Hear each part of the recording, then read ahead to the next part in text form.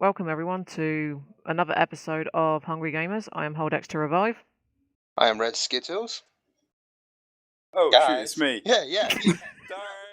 I was waiting keenly for Blast. Okay, I'm Xenogallion. And I'm the token Canadian. I mean, Blaz. Hey, man. And once more, we bring to your ears more topics and, more importantly, more griping about more about the entertainment industry this time, more than games. The Hungry Gripers. New names, right? Yep. Ever evolving. And to start us off will be our one and only Drew. Yay. So my topic for the lovely table is about monetization. The idea that content creators out there put a dollar sign on their content to make a living. So recently, the big cheese himself, Notch, put out some various tweets saying how he felt incredibly lonely, now living off his, I think it's like $1.97 billion. Okay. Because him. basically, no, seriously, no one at Mojang will talk to him anymore. Because from what I could gather, they all feel that he has been a huge sellout to Microsoft. So obviously, this tale starts with a small guy who was working on a small project, I think to do with university or something. I'm not entirely sure. And he created this game in Java, which I can guarantee you is no easy feat. Then there was like a ever increasing interest. I remember reading a webcomic that was actually taking the mick out of creepers, and Minecraft grew and grew and grew and became very vast to the point of he became his own company. He was able to hire staff members, and Mojang grew quite large. And obviously after that, due to his success, Notch sold Mojang to Microsoft for like $2.5 billion. So my first question to you, right? At what point do you not agree with what Notch did? You can say that, you completely agree with what he did. Did he actually let his employees or co-workers know? Did he let them know he was going to sell to Microsoft? I can't answer that question. I mean, they would have known at some point. How much of a heads up they would have gotten, I have no idea.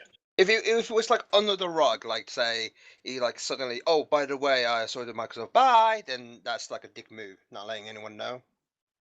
I'd imagine that they'd have at least a month to know.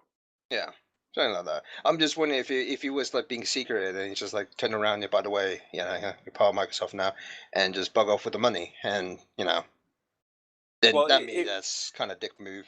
It wasn't just him, but I think it was his co-founder Jens or something. I think that was his name.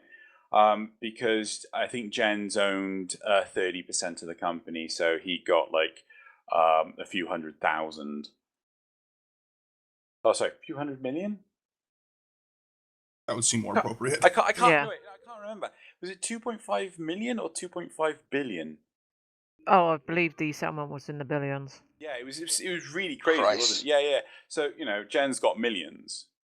So yeah. Honestly, I'd say what Notch did, that's a good move. You build up a company, that's got an awesome reputation.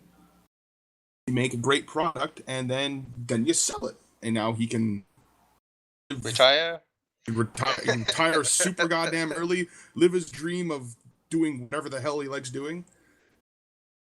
He won. He won the game pretty much. Do you feel? I don't think we should feel. don't think what he did was a bad thing. I totally agree with what he did. Okay. Do you feel that he won now that do you still feel he wins? Because now his former employees no longer respect him and will not talk to him. I should rephrase that. He won materially. Right. That's where he won. He won with getting all of his money. That's fantastic.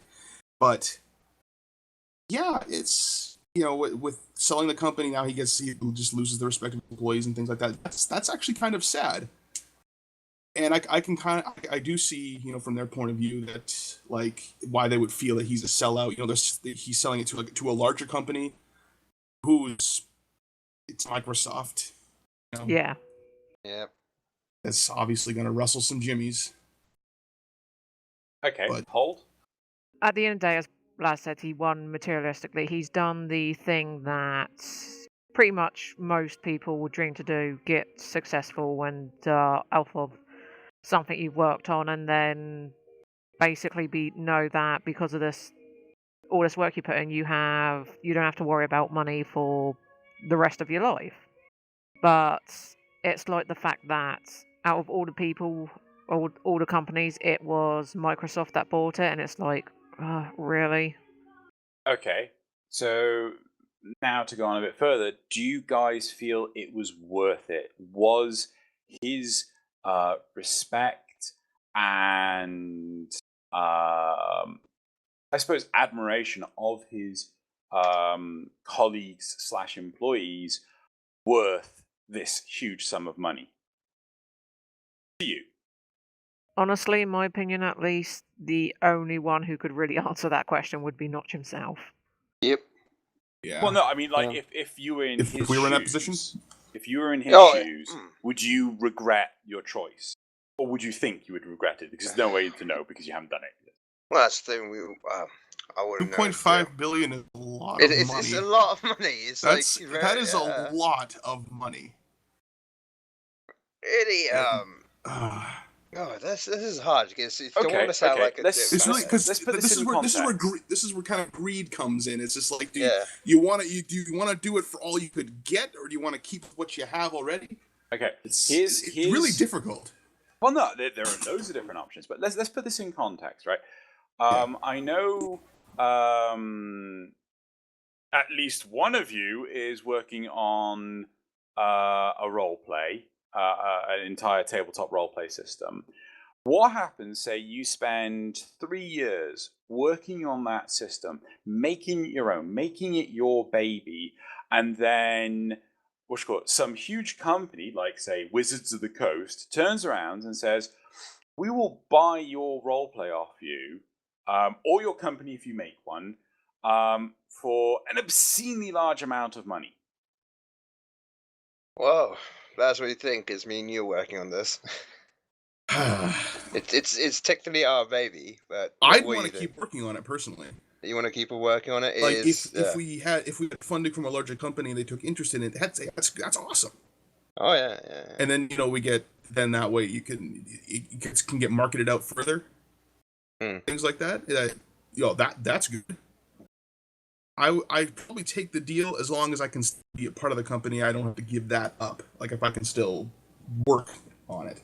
In all honesty, I completely agree, right? I couldn't give up Kingdom Star, right? I could never give it up.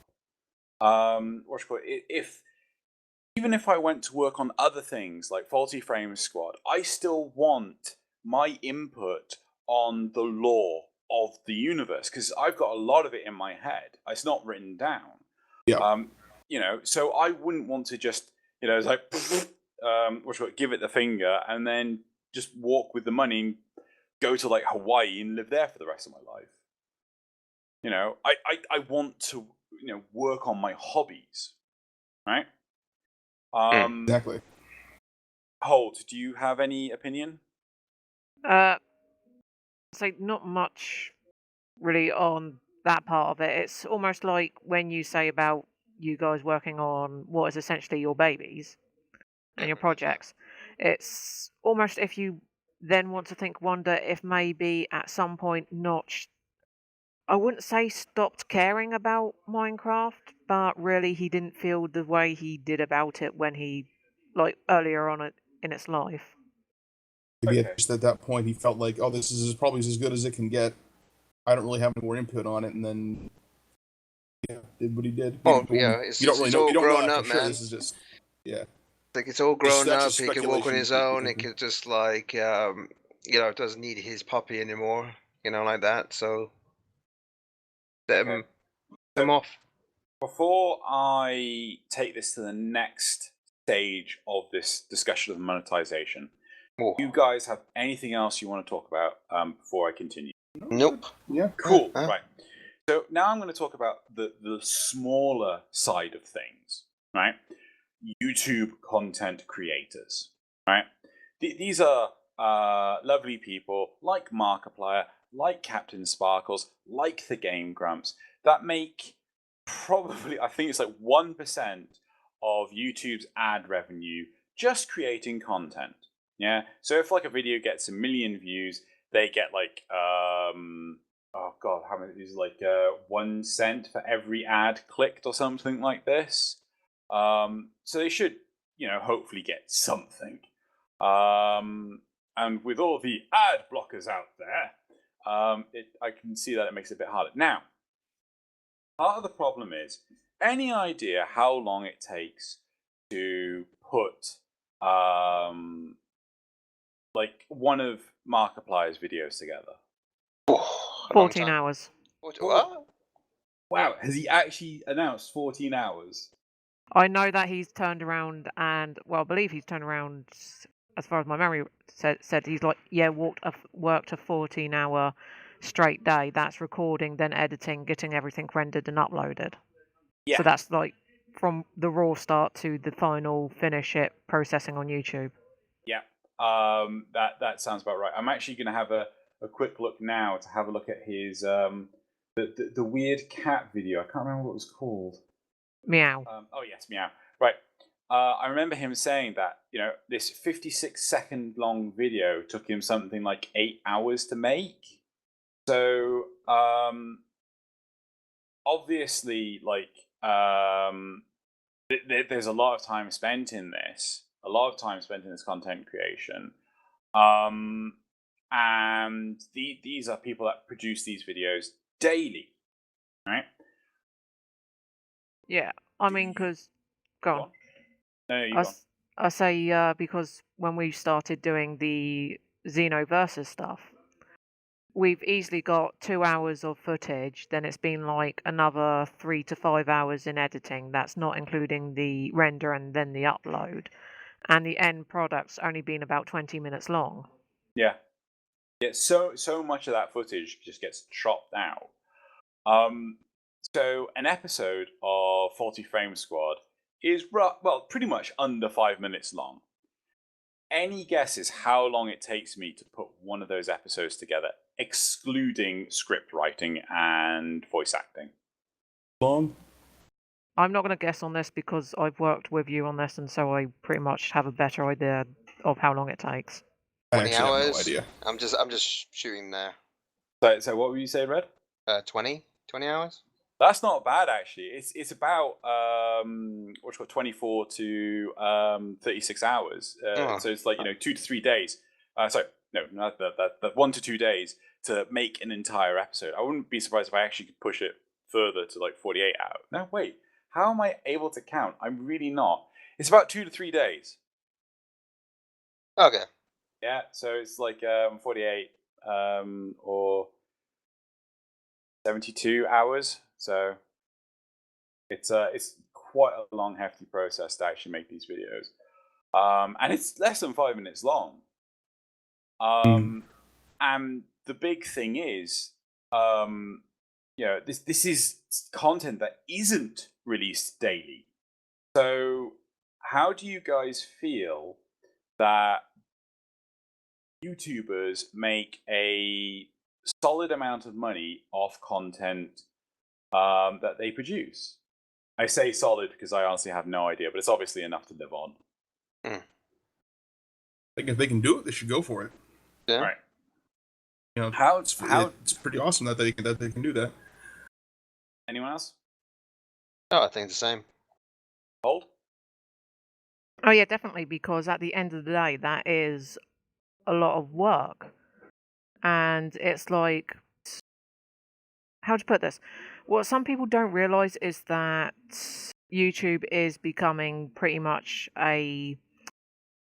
its own means of entertainment. Like, you would sit down to Netflix and look at insert title here show or something like that.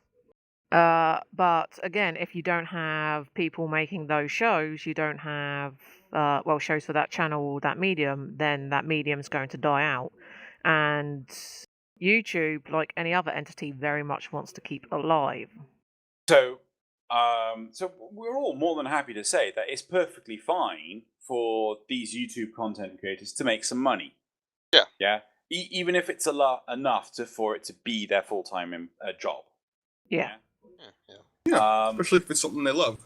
Right. So, how do you feel about individuals of an indiscriminate age turning around saying that you shouldn't, you are a sellout for monetizing your content because clearly you're doing it for the money, not for the fun of creating it? I'm sorry, I cannot feed myself on likes. As Yeah. me and Blaz are artists, and we get the same. So, does can that buy me a sandwich, basically? No. So we need the money. We need to live on it, and to pay rent. We need that to pay our medical bills. We need that to pay for our food, clothing as well, equipment that if it breaks down, we have to get it repaired. Yeah, the stuff that people do, that it takes time. Yeah. And if they can make money while doing that thing, that's great. And it's not like their content is blocked behind a paywall like on YouTube. So I don't really think people should complain how the content creators go about doing their business. No, we could even be that critical on traditional shows. It's like, I've noticed now it's pretty much all shows that will get people viewing. So it's like, I've seen it in quite long-running shows where the characters are basically turning quite nasty and vicious towards each other simply because that's what's getting the views in. So you could say that these people are selling out their characters simply for the money. Yeah, no, I can definitely see that. So last thing I want to actually ask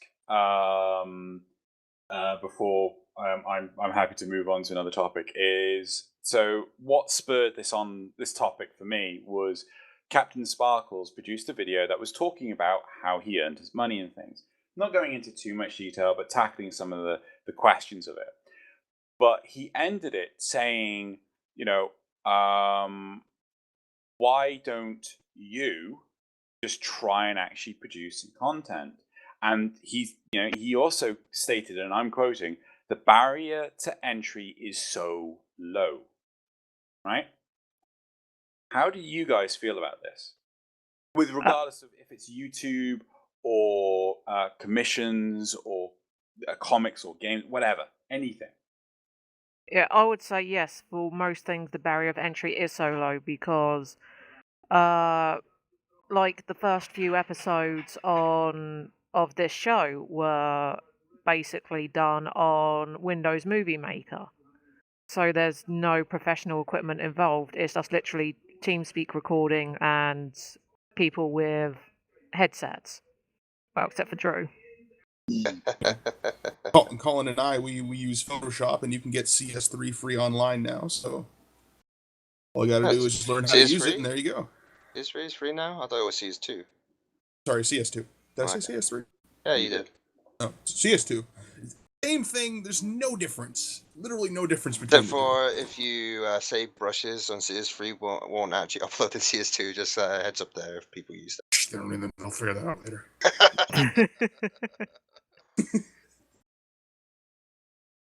Yeah, it's one of these things. Yes, the barrier for entry is low, but you will find people will fall away quite quickly because they will just sit round thinking, God, this takes so much to do. This takes so much time to learn or to edit or to perfect, that people will just go, sod this, I can't be bothered, and wander away.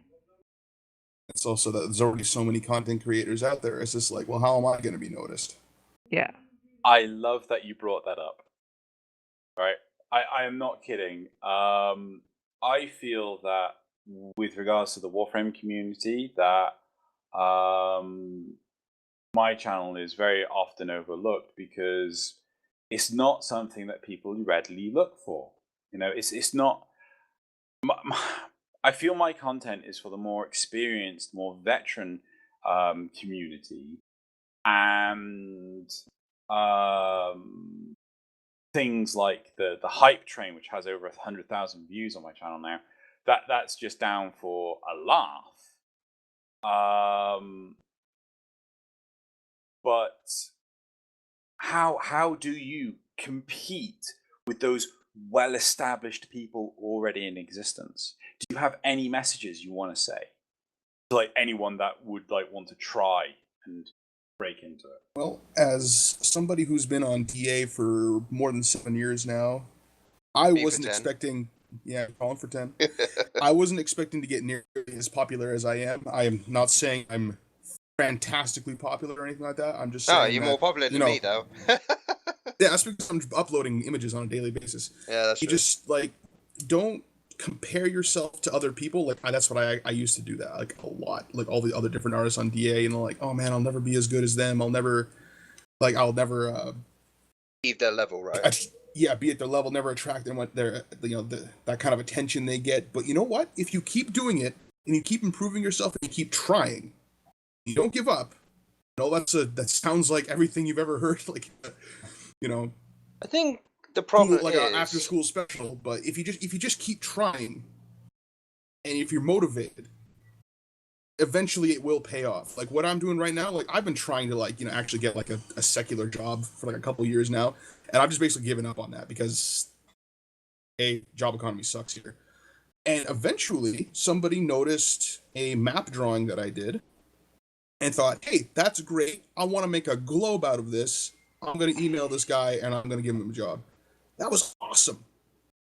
And then things kind of snowballed after that. All of a sudden, I'm getting one of my friends. He noticed that I've improved a lot. He wants to work with me on a children's book that he's working on with another author. And we've been doing that like for like a year and a half, maybe 2 years now. Eventually, things will start coming your way. You just have to be patient. You just got to be patient and persistent. Well, I think the problem is like people will say, oh, trying to compare themselves to like this other person, like because they're trying to strive to be that person. No, be yourself. Try, be you. Just be you, and you get your own fans. You get your own channel and stuff like that. Because if you just start comparing yourself to someone else, you're trying to strive to be that person. Don't just strive to be your own person. Do your own things, and then everything comes to you. Eventually, might take you 10 years, but Well, I completely agree. I mean, my YouTube channel, before I used to try and copy what people like the Yogscast did. Originally, I wanted to make machanimas. I didn't have the support at all. Like, I maybe had 2 people supporting me to make any machinima, and it just wasn't enough to get it going. Yeah, I needed a team of at least 6 or 7 people to make it happen. So I gave up on that idea. I started working on Let's Plays. They were pretty crap, let's be fair. I tried to make it 2 a day because no one did that. And that was properly just too much for me. And I did that for 6 months, dropped it to 1, and then I was just like, I'm getting no views. But everyone does Minecraft Let's Plays, Drew. You have to do something new and innovative. And this is when we were starting to really get into Warframe. And then 10 o'clock happened. And that has been the right niche for content that has spurred any attention to my channel. Yeah? Yeah, so you basically keep trying, right? You keep trying. You Yeah. don't give up. You know, I like that. I like that. persistence. And Yeah. actually being upfront to the community. Being able to talk to the community, that goes a long way. So, Hold, do you have anything to add? None. None. Other than the fact that clearly we make no money from this. Clearly we make no money. Okay, so I'm pretty much done for my topic. Okay. As long-winded as it was. But Sorry, important. I didn't catch that, Drew. What you said? As long-winded as it was. It was long-winded, but it was a good chat or discussion about the whole, thing about that. Very inspiring. I want to go create Alright. content now. I'll do that. I'll create content. Implying Hey, that I haven't hey. been creating content this entire time. After this, we should let's do more Syndra stuff and payload, man. Yeah, more giant robots. More giant robots. More ghost elves. And their ghost arrows. Christ. Random. Okay, should we move on to the next topic? Okay. Okay. That's I assume that's me, right? Next topic. Yep, you're up, Last Red. one, go last. All right. Mine's just it's more a question to you guys. It's not. I just want your opinion on this type of matter. What you guys compared the anime today than the anime back in the 90s or the 80s type of thing? Like, I noticed this in anime because now today's standard it's all oh, what's the word? It's just it's certain. I'm going out on a limb. Do you mean fan service? Thank you. All fan service. Yeah, fan service. It's a certain audience out there who shoots for that. Because some animes I watch, yeah, I've been watching a lot. Some of them feel the same.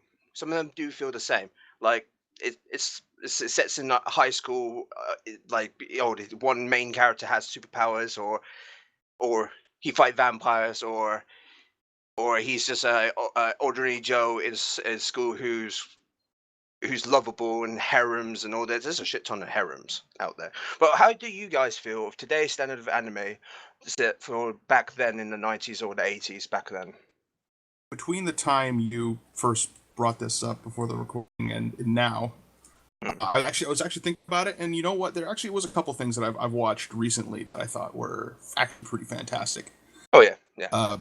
Don't get me wrong, there are some Parasite fantastic. was a huge one. Oh Parasite yeah. was a great one, and Really? Parasite was great. I love The Parasite. ending was awful.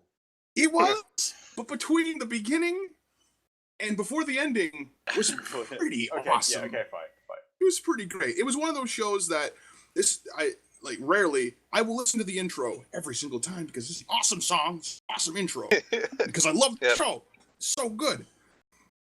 And that one, yeah, set in a high school, kid with a superpower, sort of, if you count a giant, a alien parasite thing attached to your hand, or is your hand. I thought you were going to mention about another part, but yes.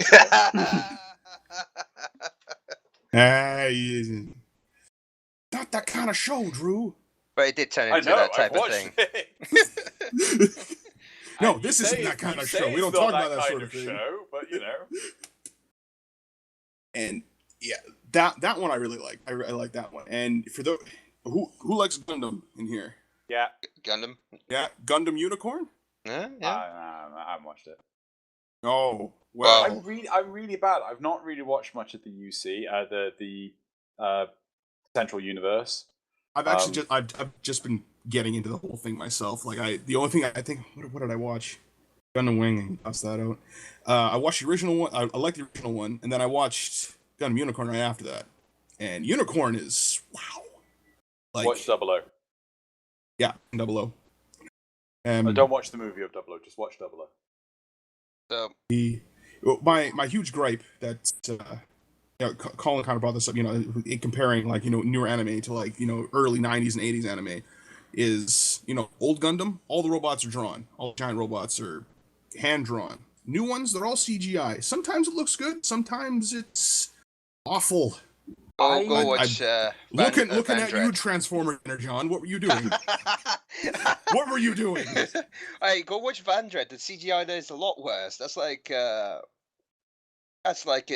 starting point when you're adding the CGI elements in it with the vehicles or the mechs or the ships and stuff like that, and it just looks off-putting, and it's like, oh, right. I can understand why companies do that because it's easier.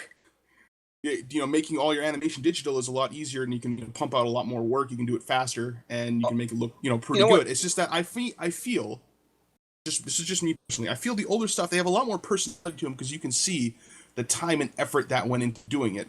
Obviously, you can tell when it looks really cheap and they didn't put as much effort in, but there's other ones, especially movies and things like that, where they put a lot of effort in there and it looks really, really good.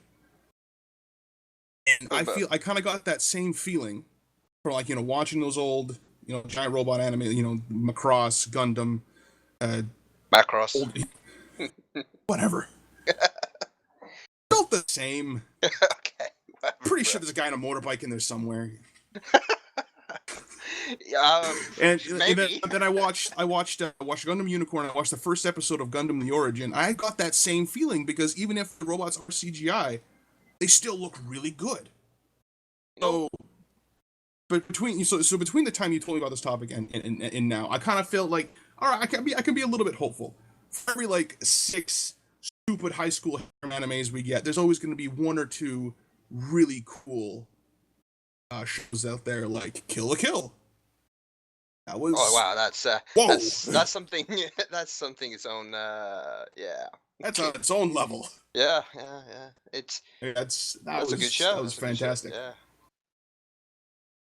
Not because of the obvious reasons, but well, the obvious plot, right? Yes, the abounding plot. Plot bursting out of the seams, if you know what I mean. Christ. Ah. And I got I got the new Space Battleship Yamato. I haven't watched that yet, but comparing it to the older one, I think I might like this one a lot more. It's actually really good. New. It's just really good. It's not a lot. So don't worry. There's no. What I've seen, there's no CGI ships or anything like that. Even if there is, I probably wouldn't mind because ships, you can understand why they do it. Oh ships. Yeah. They usually got 1 billion ships in the background. Have you guys ever seen Legend of Galactic Heroes? No, I have not. Okay, really, really talky anime. I find it really hard to watch in Japanese. Okay. I watched the first 20 episodes out of the 200 they have, and I was like, this is really talk heavy. But they had billions of ships in the background. You can pretty much say all the little look on a star field background, all the little stars in there. All of those were ships, and they drew them all. Oh, well, it was crazy. There are some anime out there who actually combine, the 2D and the 3D, and they did it well. Example, the new Berserks, the movies, right? Or how they CGI the guys in because they can't really animate a big battle, right? At first, that seemed really clunky to me. The first movie seemed kind of like they were just kind of finding their place. Well, the second and third, they actually did very well with it. Oh yeah, they definitely made that better. Then they found good opportune moments to use the 3D.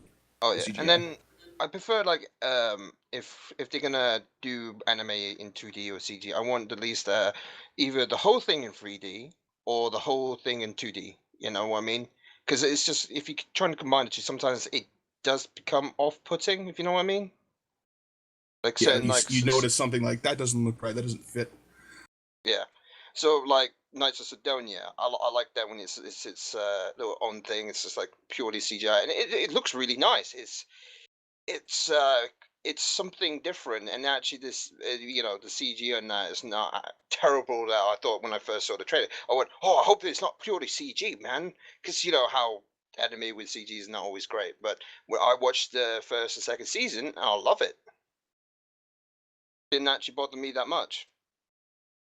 Are we ready? For?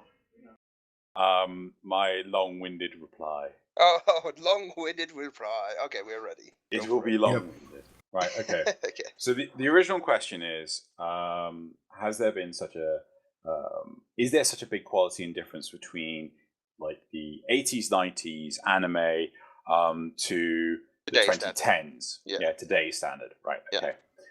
The obvious answer is going to be yes. No matter how you look at it, the answer is yes. It is yes. One thing I'd like to compare is 1985's Guyver to 2005's Guyver. The quality of the footage is far superior in the latter, but the former, in the latter, but in the former, it was so raw. Yeah, as you rightly pointed out earlier about the whole animation of cells, it looked so crisp, it looked so clean, it looked phenomenal. You know, all the little details, they were all hand drawn. But in the 2005 ones, they were obvious. You know, it's all drawn on computers and things. You know, it's tablets, not cells. Sorry, not you know, graphical tablets. Yeah. We know what you meant by that. Yeah, No, they were chiseled out in stone on Mount Sinai by God. He made them on stone tablets and flipped them before a screen. With the Guyver, I would happily believe that, but you know. The one thing that isn't taken into consideration really with just looking at anime is the culture of Japan, right? And the culture of Japan really does push the direction of everything. Yeah, like in the West, like in the East, everything gets driven by what we see, what the laws change to be, so on and so forth. Do you know it's illegal for a public servant, like, you know, a police officer, a nurse, anyone like that, a government official in Japan, in a specific region, I believe to be Okinawa, you're not allowed to have a tattoo. I believe that. Yeah, I believe that. Yeah. It's actually to the point of if you do not pay to have the tattoo removed, the government will pay to have the tattoo removed, and they will be the cheapest budget laser surgery you will ever see. Right? And it's all because of the affiliation between tattoos and the Yakuza. That's where it all stemmed from, and that's why the law went, as I see it, so radically out of control. Right? There's another side of anime that's quite adult. Right? And after a certain year, it was like, I think it's like at least 10 years ago now, a law passed which meant that all pornographic content had to be censored, right? No matter what it was, how detailed it was, or 3D, 2D, real, yeah, had to be censored, right? Yeah. And it's things like this, the changes in their culture that change the way anime is made, right? People don't really consider an interest in things that are like stereotypically generic things. They want the one thing that sells, which is sex. Sex sells, right? Fortunately so. Yeah. Now, I wouldn't be surprised if there is a lot more. Like, I remember the original Ghost in the Shell movie that Manga Entertainment in the UK released, right? You actually saw a naked Motoko, right? Oh, yeah. As she descended the building, right? Yep. Completely pointless. Because in the same scene that happens in Ghost in the Shell standalone complex, I'm very sure it's the same scene, you know, she does it, and she's fully clothed. You know. Well, didn't they just censor it because she's just wearing that skin suit thing over top? No. In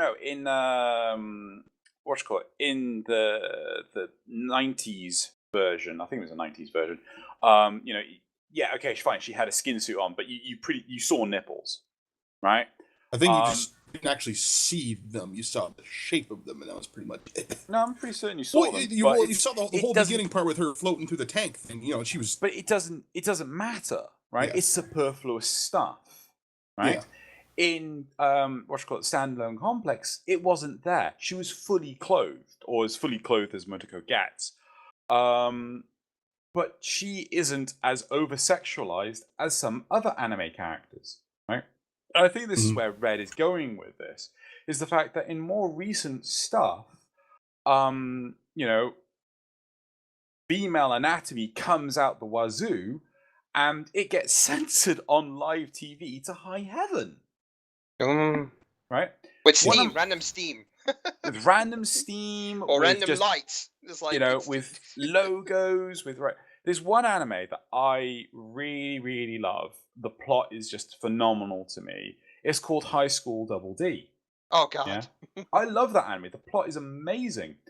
I just it's kind of censorship, wish, man. I really kind of wish they toned down the fan service, because Yeah, it it's was good like plot, but the fan service. I've seen non-censored of and there is censored. I watched the censored because I was curious how the hell they could censor this, right? And it's just a it's floating awful. logo. Yeah, It's that was awful. that's terrible. But no. Like there are some animes that are worse, where it's just basically, oh look, there's what's it called, a female character in a hot spring, and she's not, she's not covering herself up. They don't actually put like steam around the sensitive parts. They actually whitewash from the neck down. Oh, Yeah, it's really over the top. But not going to digress into that. There are loads of anime still today, yeah, and I've actually got a list in front of me, that I actually recommend, and I think they're phenomenal, regardless of the fact that they have no fan service in them, right? Or they have little fan service in them, or they have fan service in them. I don't know if you've watched the show Assassination Classroom. I do. I know Yeah, that show. Yeah, I that's love that. That was released earlier this year, and it was brilliant. I have this. Do you know Anime Planet? ooh, I think I heard of it, but yeah, It's a refresh my brilliant. memory. It's a brilliant website that literally has all, like, loads of anime on record, so on and so forth, and um, you can state whether or not you watched it, and you can rate it, and you can see what's good on there, what's bad on there, so on and so forth. You can see what the community thinks, and it's a really good website. So in the last year, I have watched a series called Overlord, which I thought very highly of. Is it wrong to pick up girls in a dungeon? Which has a bit of fan service in, which I It thought was has very a bit of good. fan service. Yeah. It doesn't have like heavily of it, but I still like the anime, and it's not a bad show. I like it. It's something it's a bit different, but people is like, oh, it's like another dot hack, or Yeah, but it's a sort of dot hack that's done right. yeah. Overlord's the same. JoJo's Bizarre Adventure Stardust Crusaders Battle in Egypt. I thought that was really good. I kind of wanted to watch the bloody end of the damn thing. Well, hold up before we continue though. On that thought though, on JoJo, have you seen the older one? Like the No, I haven't seen the oldest one. Oh man, okay. I only watched it from JoJo's Bizarre Adventure. Kind of interesting thing about that, when they first made that, they started the story from when they were fighting the I forget his name. They're fighting the blind guy out in the desert. Right. That's where they started the show, and everybody was really confused. Right. And then it was like, I think it was maybe 8 years later when they were going to re-release it like on DVD. They thought, oh, you know what? We should probably fill them in on what happened before. This is the first time JoJo ever was like, released in like in an anime format. Yeah. And then they went back and they had a different anime company, or a different animation company, do the 6 episodes previous, because it was only like 6. It was just an OVA, so it was like super short. Right? So they had 6 episodes leading up to fighting Dio, and then they made 6 more to fill people in on what the hell happened. And they got a different company to do it, and the tone and the art was so drastically different. It was like watching a completely different story, and it was actually very entertaining to watch. It was more serious, you know what I mean? When It I was first started, really like it was serious than comparing the the JoJo we know, right? With I the felt that with the the first arc stance of and all the poses they do and stuff. It was so different. I really feel that the first arc of the first season, that was so dark. Oh yeah. But what's got to continue? Seraph at the end, that was good, but it needed an ending. Triage X, that was generic and full of fan service. High School Double D Born, brilliant. Again, could use less fan service. Assassination Classroom, absolutely phenomenal. No fan High School service. of the Dead. High School of the Dead. Majority Too much fan fan service. Yeah, too much fan service. Too much. For a zombie what's it called? apocalypse. Testament of Sister New Devil, that was really enjoyable, but again, kind of crazy with the fan service. And then I want to actually leave it with the last show I watched of 2014, which was like, what the hell? Gundam Reconquista, which was so confusing, it made no sense, and a character runs up a flight of stairs into a wall to then fall down the stairs. The fuck? I am not kidding. That happens and makes no sense whatsoever. Might have to watch it. No, you just don't. Just don't. Is it bad as Gundam Seed? Seed was so boring and generic. Okay. I mean, I did watch all of Reconquista trying to make sense of it, but I know a lot of people like Seed. I don't like Seed at all. I think it's awful. It's just some parts in there are very they don't explain well some of it. Like, how can he survive a nuclear explosion? And because he's the Barra the Sea, that's how they explain it. I went, that's bullshit. Well, evidently you've not watched Code Geass when they have a atomic warhead of some craziness that wipes out an entire civilization, yet no one dies. Really? I watched that. In the second season of Code Geass, right? Flare fires and no one dies. Really? Yeah, even the guy that took it to the chest didn't die. He just got a bit blind. Oh. Okay. I actually do not remember that. I have to watch that again. Yeah, I have to watch that again. I don't remember. I thought she legitimately killed a bunch of people. Nope.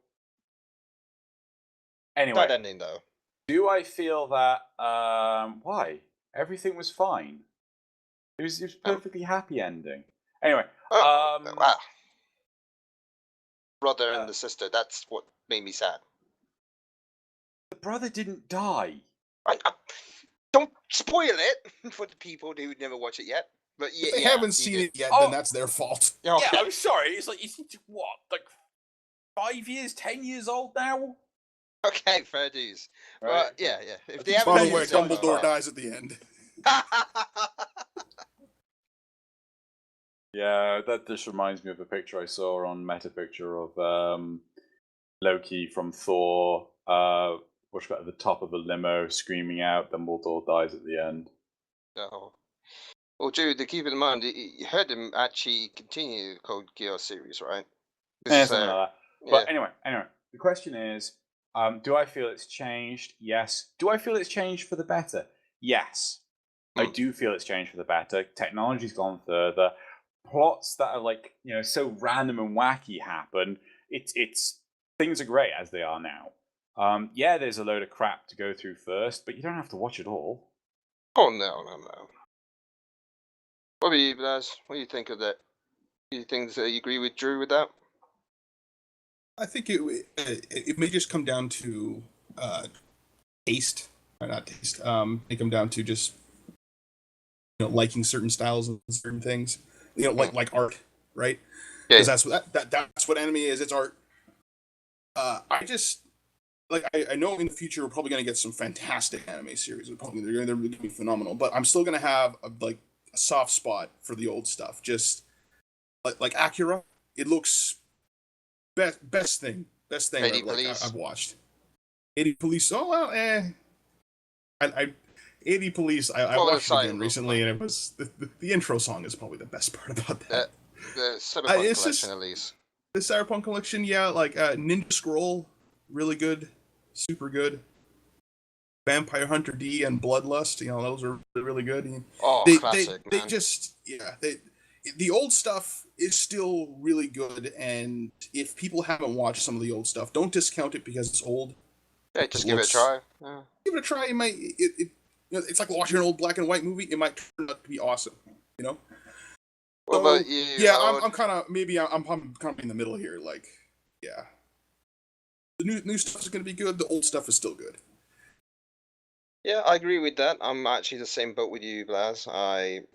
You know, I like the, new stuff are great, but I'm always have the soft spot for the old anime because hand drawn, and I just love they actually spend time and detail on that and whatnot. But yeah, I kind mean, of the well, same. if they're using tablets, it's still technically hand drawn. Oh It's just it yeah. looks different, and eventually we'll just have to Well, get used to that, Colin. Yeah. It's like it's comparing like artists like who does traditional art to a graphic design art, like that. I have a soft spot to traditional because I like the look of it more, like that basically. Mm-hmm. And Bridget's got to tell us what she thinks because she's been quiet this entire time, and I feel bad. Because we keep on talking.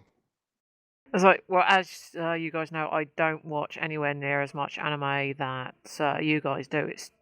It's not because I don't like it, it's just the fact that I find it quite hard to sit down and watch something. I'm a kind of person that would rather be actually playing a game or drawing something.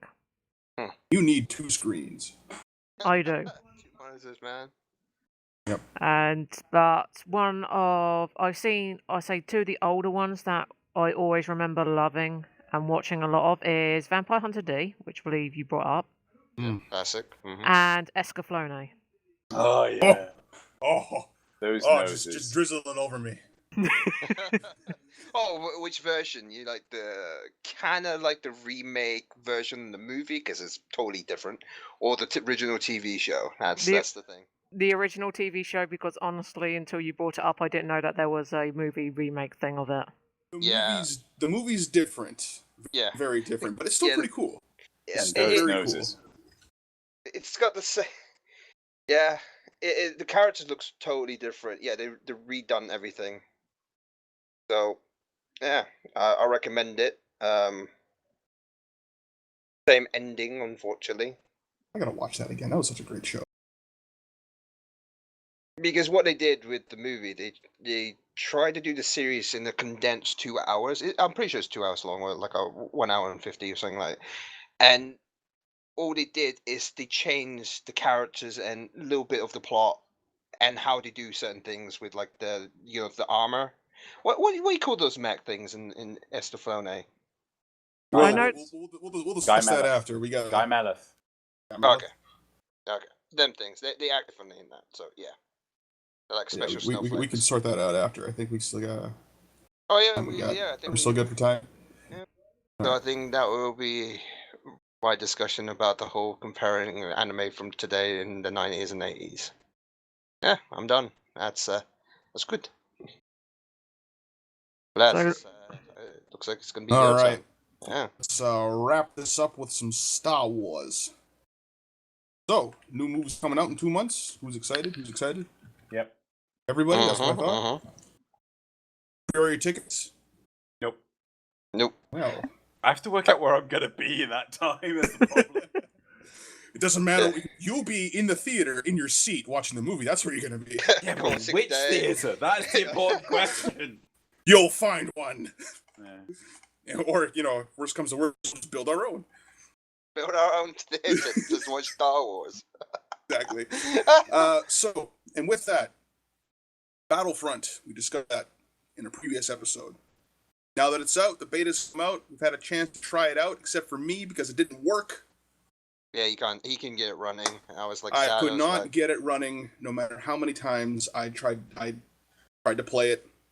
It kept crashing all the time. But from what I've seen, from the Let's Plays that I've watched and the images that I've seen, it looks like a very beautiful game. I'm very impressed that they managed to capture, what Star Wars should look like in a game. It looks fantastic. But that's where all the good parts come to a close. I mean, as far as the gameplay goes, you're basically playing Battlefield, but as a stormtrooper, more or less. And Colin, you can probably Yeah, I confirm agree with that. all of my gripes and fears because you actually managed to play it. I played it and I can confirm. Yeah, it's just basically it's Battlefield with a Star Wars paint coat on top. That's what I feel. Certain things about it is different to Battlefield, of course. Like you don't go around and pick up a random vehicle. It's a power up you have to find randomly in the game, and you have to activate this power up. And you suddenly like say I found a power up for a TIE fighter, right? You don't go find a TIE fighter on the ground and you start flying it and try to take off. No, no. You pick up an orb, and then it's like I got a 5 second cooldown. You activate it, then you suddenly teleport yourself to a TIE fighter in the air. I can kind of see that working, but at the same time, what was wrong with Battlefront 2, though? There was something wrong with the way they did things there. It kind of does ruin my immersion in the game because that's why I love playing like Battlefield. You go around as being a soldier shooting people, or you sort of take run up to it, try to get in it and drive around and stuff like that. Get out of it, lay some mines on it, wait for someone trying to nick it, someone to nick it, and you just detonate and kill them. That's the whole fun of it. You can't really do that anymore in this type at least Battlefront. Drew, did you get a chance to play it? I watch people play it. I do not like it. The fact that there is a leveling mechanic outside of gameplay that gives you access to game altering effects in the game is just like no. Please no. It's awful. It's a terrible idea. I watched someone play and they continuously got their backsides handed to them by someone with a grenade launcher. Was it a grenade launcher? It was a rocket. No, I can't It's remember what probably it the was. ion torpedo. It was something that they just continuously had their backside handed to them, and there was no form of balancing. There was no form of cohesion. The maps were tiny. Because that map was a certain type of map. Why reason is tiny No, to big. I saw like was it at least 2 maps, and the one where the AT-ATs are assaulting the base on Hoth, that is still tiny to me. Oh, I feel it's huge. But not compared to like not compared to like the Battlefield 1942 games okay. or the Battlefield Vietnam matches. Those maps were freaking massive, right? Those things were just tiny clusterfucks. Well, to be fair, like I said, there's no like vehicles. You don't like. I don't like around. that either. Yeah. I do not like that either. The fact that we've got hangars, you can see X-wings. Why can't I get in it? No, you have to find the orb, scatters that's around ridiculous. the battlefield, and you have to find it to activate it. Same goes Didn't with like heroes. I don't mind it so much for the heroes. I don't mind it if someone just spawn and then they just spawn as that hero. I have no issue with that whatsoever.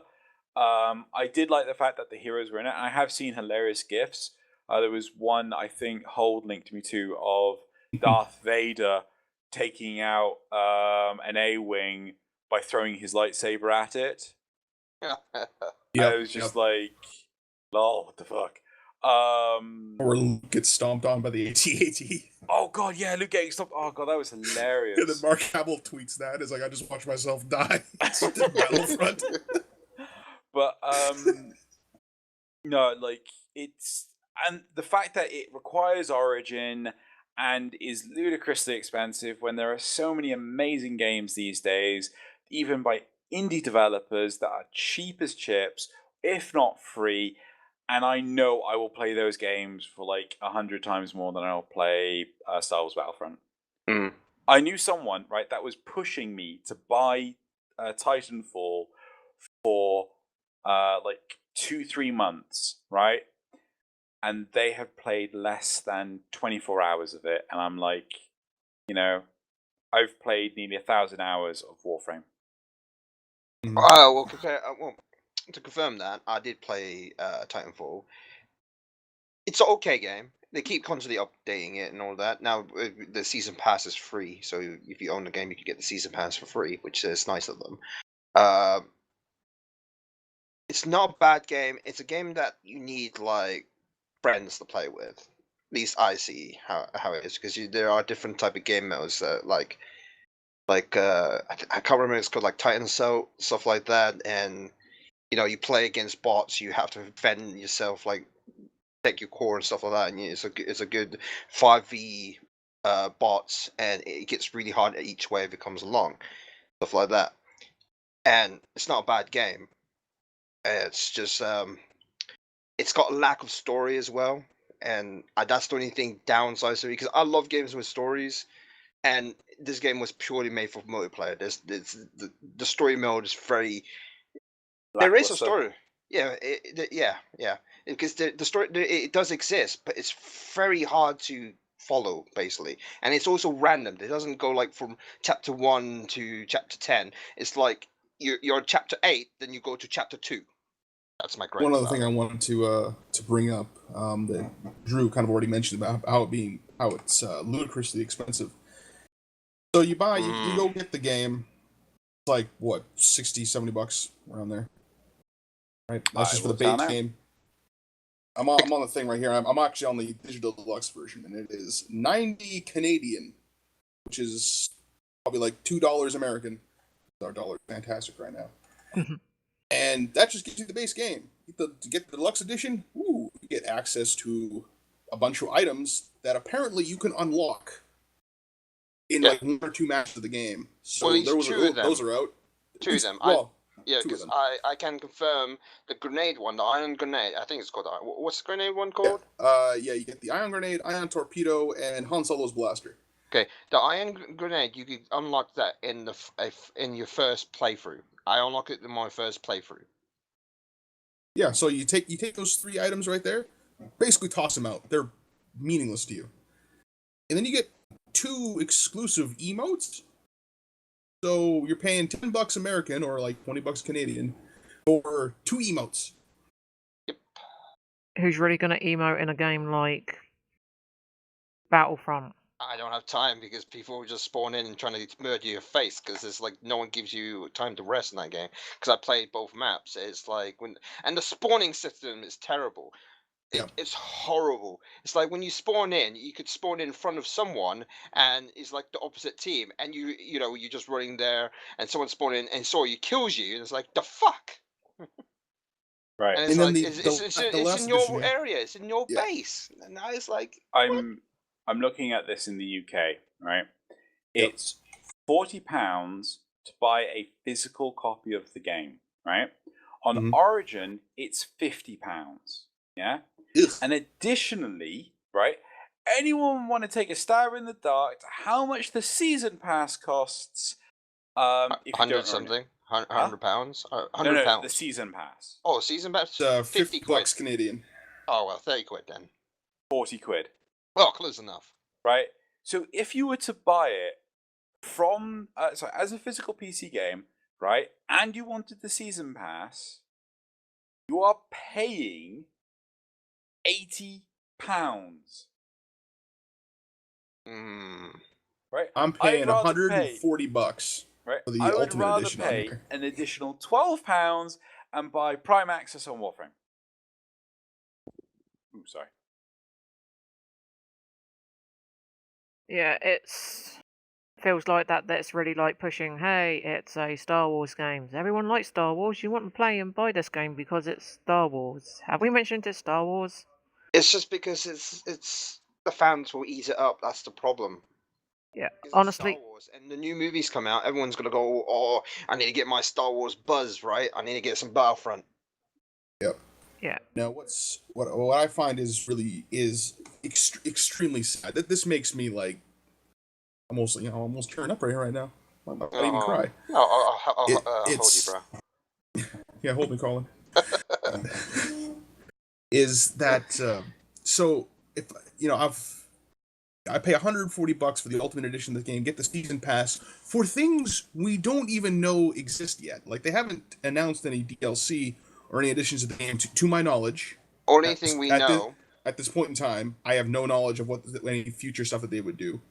Well, so going only into thing this, we know, I know Tyler, nothing. Buying the season pass, huh? What's that? And about the season pass, the only thing we know, I think it's 4 planets And we do not know what planets actually stand for in this type of game. Is it like 4 maps, or is it like an area with like different like stuff Well, like modes and whatnot? But it's according to this, if you pre-order the game, you get this thing called the Battle of Jakku. Jakku is a planet. It's going to be appearing in the new movie. okay. And you get 2 maps on the planet. So probably so what they're saying 6 is maps. you might get either it's like 2 maps a planet, or they have like they mean like planets as in environments that they're going to put more maps on. I'm not really too sure what that means. That's just my speculation on what that could possibly mean. But what you're paying for this game, you have like just a couple different modes, and from what I've seen, I'm mostly getting like from what I've seen from Angry Joe's videos there, showing all the different game modes and how just pathetic they are. Mm-hmm.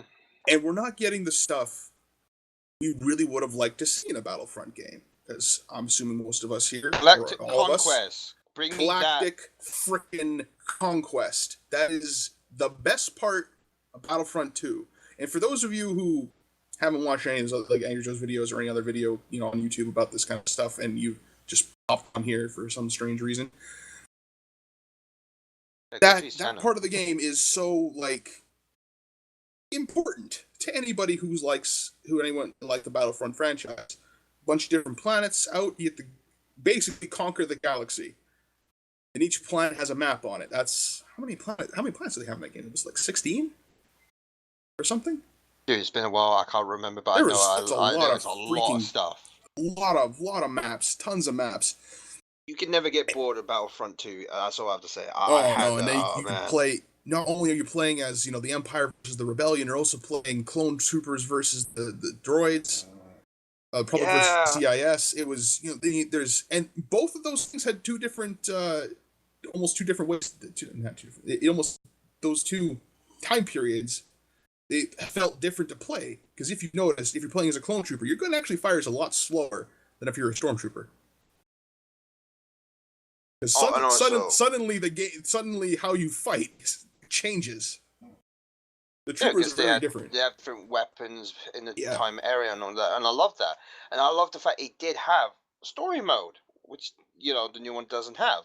Oh, you could say, that multiplayer map area of the Battle on Hoth. Oh, that's kind of story mode because it's reenacting the thing. It's not. It's just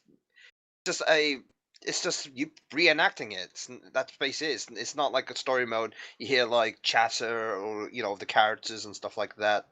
None of that. No cinematics, basically. Hey, British, how much time we got left? Oh, we got about another 10 minutes. 10 minutes.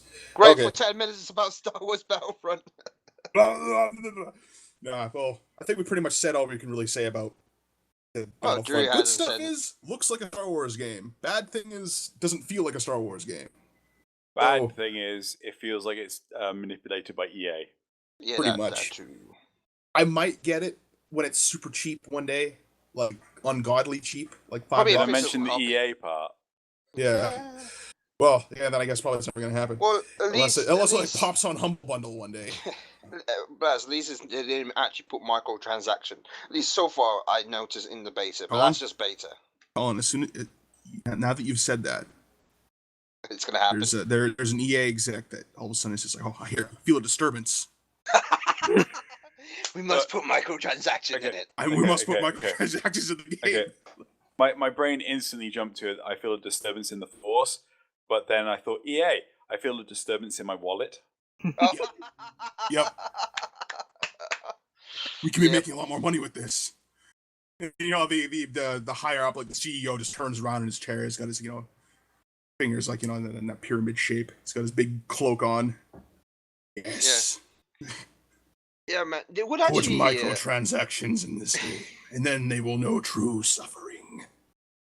Yeah, because the thing is, the reason I say that because you can customize your character. Yeah, you could do that. I don't know about the stormtroopers because really stormtroopers. Yeah. But vehicles, because you can't really pick a vehicle you found on the battlefield, or you just have to power up orb. I don't know if they would give you the option to customize your vehicle, but by looking at it, it doesn't look like you can. Yeah. Hell, you can't even customize your guns. That was a kind of big thing in Battlefield. Not in Battlefront. It wasn't a thing in Battlefront, but I can see them doing that more so as the Rebellion than as the Empire, really, because the Empire is all about being uniform, all about being faceless soldiers of death. Oh yeah, destruction. But yeah, if they put customizing weapons in that game would actually be pretty neat too, because then you get yourself a fancy looking gun, and who doesn't like fancy looking guns? man, I play Borderland 2, so yeah, I love fancy looking guns. So What do you think about the situation of Star Wars Battlefront? It is grim. It's very grim, but it's Part not. of me wants to make a 40k reference, but I'm not going to. No, I kind of feel that it's going to sell itself on its badge because actually years ago, when the Lord of the Rings online game came along, I actually was one of the people who pre-purchased that. I got into beta and I actually paid out for the bloody lifetime subscription. Yeah. And what I found is I played it for about 2 years, give or take. And it was grindy, it was dull, you need a full group to do 90% of the content. If you walked like 5 meters off the path, you're going to get one-shotted by a group mob. It's like, just to let down, it's like, yeah, at that point, you're just playing it for a token experience, and literally, that's what I think is going to happen to Battlefront. Well, maybe for this last bit here, we should probably move on to something a little bit more positive and exciting. New Star Wars trailer. Who has seen it? I have. Who hasn't seen it? That's a very good question, Colin. She didn't say anything, so I'll just assume that she hasn't seen it. No, I saw it because I watched it with you and Colin last night. Yeah. I love it because it doesn't tell us anything. Fantastic. It shows us everything we want to see, but it tells us nothing. And I don't want to wait 2 months. I can't do it. I don't want to do it. You want the movie now, right? I need to get a DeLorean and make it into a time machine. Well, you picked the wrong day to do that. Yeah. But yeah, if the audience, if you can't tell, I am super excited about Star Wars. And wow, who is can't it, get right? enough. You can keep your mind off it. You could go and watch Star Wars Rebels season 1 and a bit of season 2. That's a gripe for another day. Yeah, I haven't started watching it yet, but what I've seen so far, it's quite good, man. actually. I watched the first episode and I couldn't get into it, but now that I've finished, it's something that grows on you because, like, okay, all right. I mean, there's one big boon for it, that it doesn't have Anakin in it. It wasn't as bad as the Clone Wars CGI. Hayden Christensen. Yeah. Well, we can't have nice things. Right, Agent Christensen's in it? What does he play as? No. The fact Hayden that Christensen is the prequels. Yeah. Oh, okay. And the fact that Anakin looks like him is, like, torment enough. He's Vader. Never forget. I'm all like that. Usually Vader in season 2. Yeah, that means I gotta catch up, so I should get ready for that. So I assume we are done? That's about it. There's not much to say now. We have griped our last gripe for today. We will be saving it all up for 2 weeks' time. Good, now I can go get something to eat. I'm hungry. Everyone's hungry. 1 o'clock in the afternoon. I'm back in time, aren't I? Yeah. Like the ghost of Canadian past. We in the future, right? Yep. So I guess this is it from us for today then? Yep. Oh yeah. Hungry Gamers signing off. Getting food. Mustn't eat own leg. Before we resort to cannibalism. Who put that down? You don't know where it's been. Kind of concerned if I don't know where my own leg's been. Wait, What? where did Half you the- go? You ever wondered what happens when your legs fall asleep? Are they really there? Well, yeah, because I'm trying to stand on it, but it's just like, no. I've been slipping now. Hungry gamers talk about random things. Mm. We should just do that for an entire episode. Random baloney. Baloney. God, saying food makes me hungry. God damn it! Okay, we are off to gripe in private and get more food. Yep. Bye. Bye. Bye.